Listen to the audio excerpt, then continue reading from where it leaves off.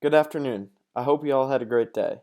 Today, stocks took a large dip as the head of the Fed, Jerome Powell, provided investors with grim remarks saying, quote, "While the economic response has been both timely and appropriately large, it may not be the final chapter, given that the path ahead is both highly uncertain and subject to significant downside risks."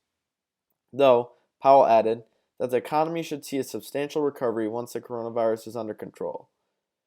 The S&P 500 fell 1.75%, and the Dow posted an even worse day, being down 2.17%. Cruise line stocks Carnival, Royal Caribbean, and Norwegian Cruise Lines all fell at least 5%. Airline stocks reached a fresh low for the crisis, with American Airlines falling 5.6%, while Delta slid 7.7%. United Airlines fell 9%. Powell also cautioned that numerous bankruptcies among small businesses and extended unemployment for many people remain a serious risk, saying, quote, "We ought to do what we can to avoid these outcomes." Additional rescue aid from government spending or tax policies, though costly, would be, quote, "worth it if it helps avoid long-term economic damage and leaves us with a stronger recovery."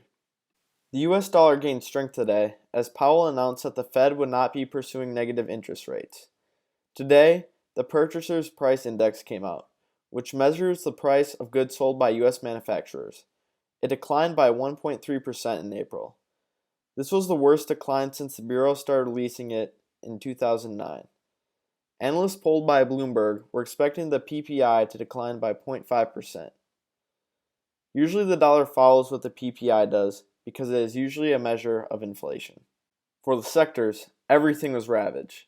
However, oil and gas took the largest hit, even though oil stockpiles declined, and Saudi Arabia and Russia announced that they are committed to oil market sustainability.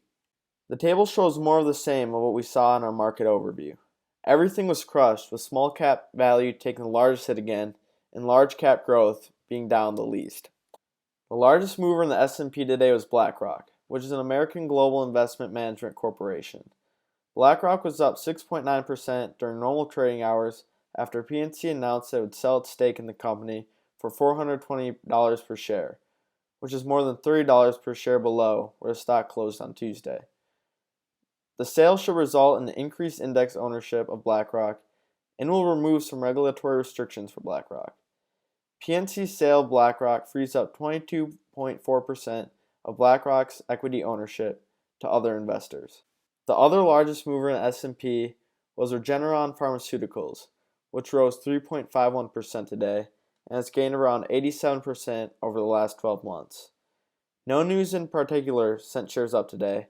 However, when they reported earnings on May 5th, Regeneron beat on both EPS and revenue expectations, with revenue being up 33.6% year over year. Net income rose a similar 35.5%. The biggest loser today was Coty, which is an American multinational beauty company. The cosmetics company continued its slide following its dismal earnings on Monday, dropping 15.47% today. The stock was downgraded to hold by BNP Paribas and got its price tag slashed by Stifel and Deutsche Bank after the news yesterday with Coty announcing that they would be selling multiple brands to investment firm KKR for $4.3 billion. The other biggest loser was National Oilwell Varco, which is a leading worldwide provider of equipment and components used in oil and gas drilling and production operations. NOV was down 10.71% for no apparent reason besides oil and gas suffering a terrible day overall. Getting into earnings, we start with Sony, ticker symbol SNE. Sony is a diversified business which includes consumer and professional electronics, gaming, entertainment, and financial services.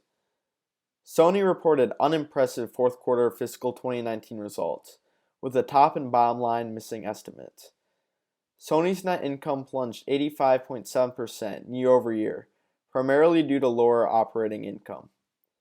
Quarterly total operating revenues were down 17.8% year over year, with yearly revenue being down 4.7%. Sony's highly anticipated PS5 is still on track to be released for holiday 2020. Next up, we have SmileDirectClub, ticker symbol SDC. SmileDirectClub provides orthodontic services without ever needing to go into the orthodontist. SDC stock dropped more than 4% after they released its financial results for the first quarter. The company reported a loss of 28 cents per share on revenue of $196.7 million, while analysts estimated a loss of 19 cents per share on revenue of $215.3 million. However, revenue was up 11% year over year, even with the pandemic. SmileDirectClub also announced cost-cutting measures, such as suspending its marketing efforts. Lastly, we have Jack in the Box, ticker symbol Jack, which owns, operates, and franchises quick service restaurants and Qdoba Mexican Grill fast casual restaurants. Jack reported second quarter March 2020 earnings of 50 cents per share with revenue of $216.2 million. The consensus earnings estimate was 68 cents per share on revenue of $214.7 million, beating on revenue and missing on earnings. The company also suspended its quarterly cash dividend and withdrew its long-term guidance because of the impact of the coronavirus. That is all I have for tonight. Thanks for watching. I hope you all have a great night.